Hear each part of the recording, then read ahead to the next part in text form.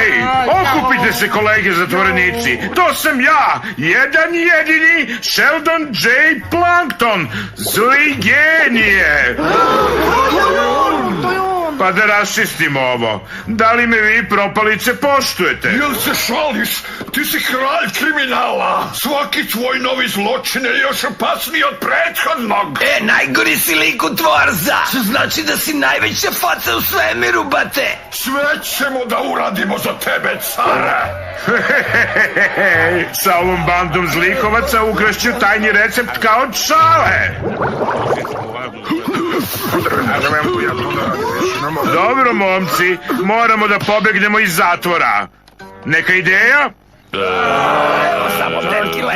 Da sačekamo uslovno. Da ih lepo zamolimo. Da, sad shvatam što ste u zatvoru. Mislite, ljudi, treba nam plan! Možemo da zbrišemo časkom posla. Sve što nam je potrebno su pomije. Da, Da, pomije!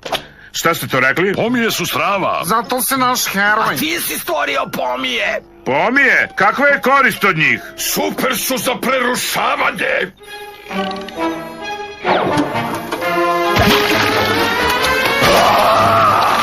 Uspelo je! Promenilo mi je lični opis. Kako odvratno čudovište!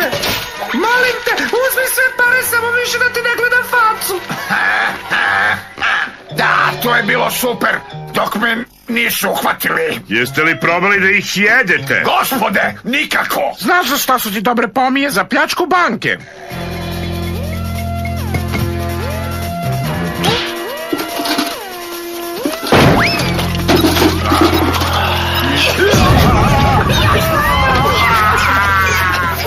Da, smrad pomije je baš nepodnošljiv. Ali da li ste ih probali u lepinji? Nema šanse, brate, nikad. Suviše volim svoj jezik. Svaki lopov u gradu upotrebljava pomije. Stvarno?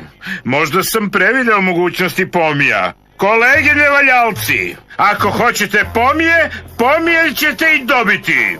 Srećom, ja sam taj ko zna recept. Sad je vreme za bežaniju! Tako je! Slušaj vamo, pokvarenjaci, za pomije su potrebni sastojci najvišeg kvaliteta. Gosen Planktone, jer